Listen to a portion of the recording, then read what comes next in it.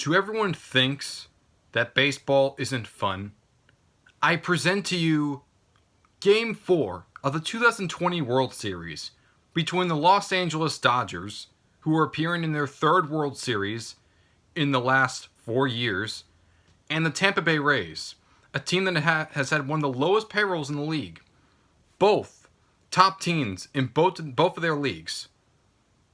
Even with an expanded playoffs, here they are in the World Series. Going into it, 2-1, Dodgers have the lead. And we see some great performances by Justin Turner, homer, 4 for 5. Corey Seager, also 4 for 5. And then the Rays side, Kevin Kiermaier has another homer. Randy Arozarena breaks the record for most amount of home runs in a playoff series. No, not playoff series. Postseason period. With 9. Breaking the record with Corey Seager, Barry Bonds, Carlos Beltran, and Nelson Cruz. Seager, of course, broke that in the same game. And the other 3, I think, should all be in Cooperstown, honestly. All of them. Bonds, Cruz when he retires, and Beltran. All of them. Every single one of them. But besides the point, this game was competitive, back and forth between two great teams that deserved to be there. Good bullpens, good arms. From Newhouse and Urias. However, this game will mostly be known for its ending. And what was that ending? Well, before our very eyes, Kenley Jansen on the mound, bottom of the 9th. Kevin Kiermaier. Was it Kiermaier? Sorry, you had two men on first and second. Okay, sounds simple enough. Brett Phillips up at bat. Now what's going to happen here? Could really go any way. Brett Phillips, this is his first at bat for the Rays in the playoffs. He hasn't hit a ball at all in the playoffs so far. He's only had 5 RBIs for the year. He's more of a bench guy. And a ball, 2 strikes that really shouldn't have been called. They were poor, but fair enough. So the Dodgers are down to their final strike. One more strike, and they're up 3-1. And they have a commanding lead on the series. And then Kenley Jansen throws the ball to Phillips. Whacks it up. It's a hit. He gets a single. Chris Taylor tries to pick it up, but it flops. It fumbles. It's a folly. It's an error. And he tries to run it back. Picks it up. Throws it to Muncy. A run's already scored.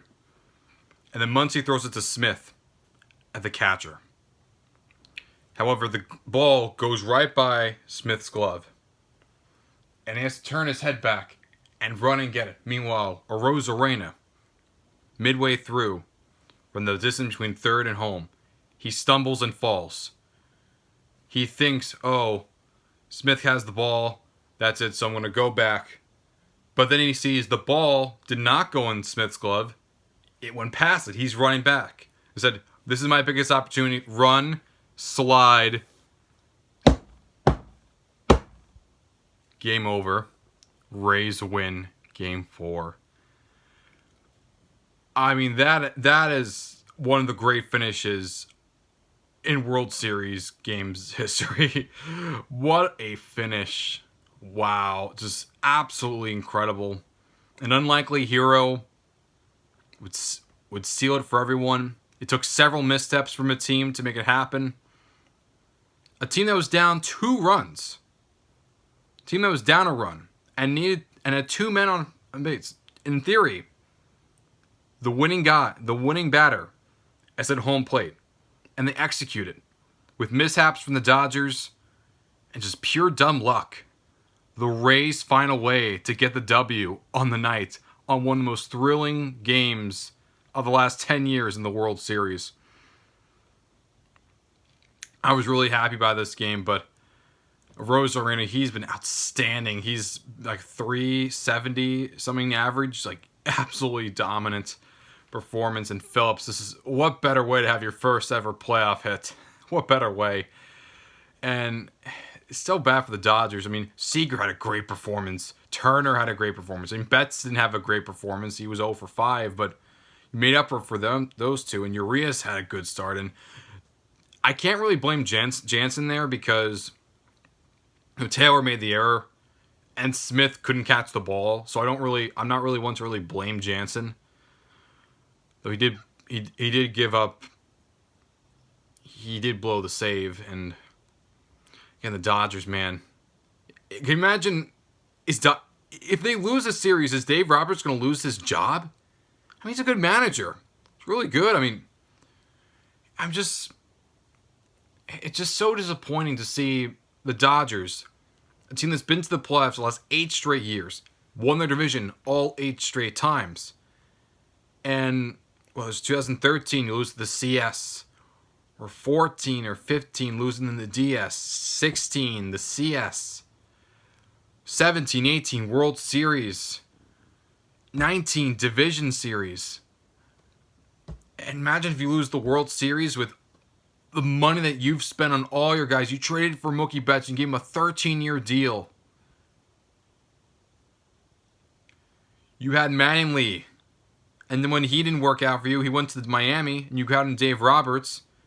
Yeah, you've been more successful. You've been to 3 World Series titles. You've been to 3 World Series, but you still haven't won it. What's going on? The team, the Dodgers, a team that is always talked about. They're basically the National League or West Coast version of the New York Yankees.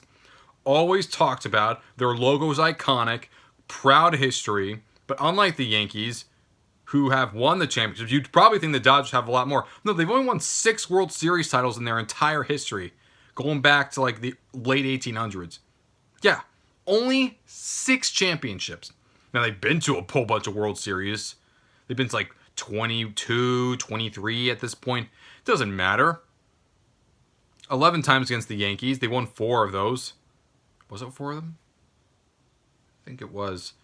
The most recent one being 81, but either way, just the Cardinals have been to less, but at least they've won 11 titles. And the Cardinals aren't in New York or Los Angeles. They're in St. Louis. The gateway to the West, the Midwest. Slap dab in the middle of the country. Iconic team. But the Dodgers are always the one that you see more. Talk about how they integrated. And they're from Brooklyn. They were called the Robins. And it just feels like every single year with the Dodgers, this happens. They have not won a championship since 1987. What is with this team? Meanwhile, the Rays, their five rosters have a combined total of less than that of Garrett Cole's contract. They know how to spend money, but they spend it wisely. It tells you right there.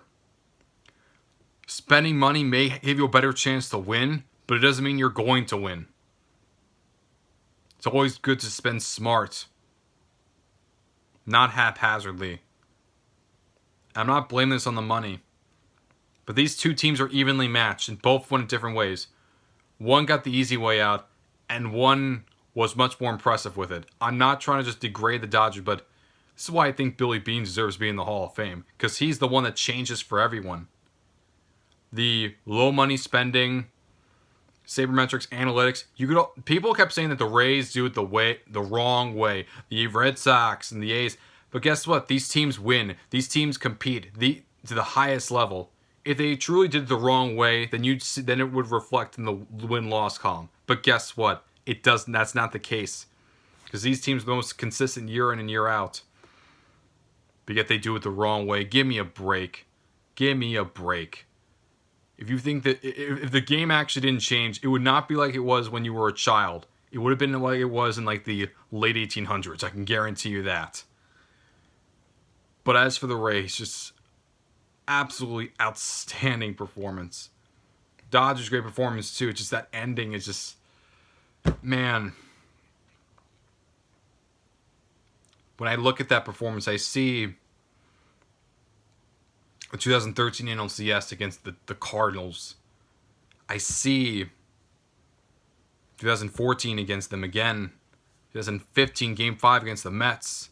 2016 Game 6 against the Cubs. 2017 Game 7 of the World Series against the Astros. 18 the Red Sox walk all over you. Game 5 of the NLDS the following year against the Nationals. And here it is for the Rays. You don't want the Rays being the same predicament. You don't want them to be another Cardinals for you, or another You don't want them to be another Astros or Red Sox for you. You don't want to be a team that's gone to 3 World Series titles out of 4 years, and all 3 times you get the L. That's inexcusable. It's absolutely inexcusable. And while, yes, the Astros are one of the most dominant teams in the majors, and the Red Sox have had the most amount of World Series titles since the turn of the century, it doesn't excuse the fact that the Dodgers have been to 8 straight playoff appearances, 8 straight division titles. 8 straight. 8 straight.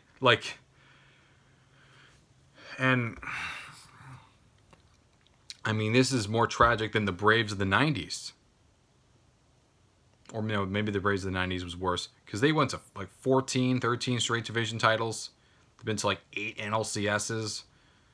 And they've been to 5 World Series. But it's sort of like that.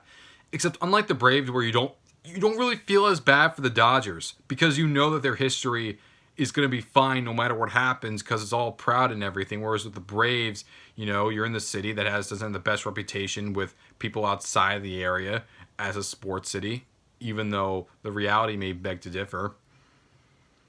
But I'm not trying to just bash on it, but again, just an unbelievable game. I know it's all over the place, but man, I want to know what you guys thought. Subscribe to Zenny62 Media.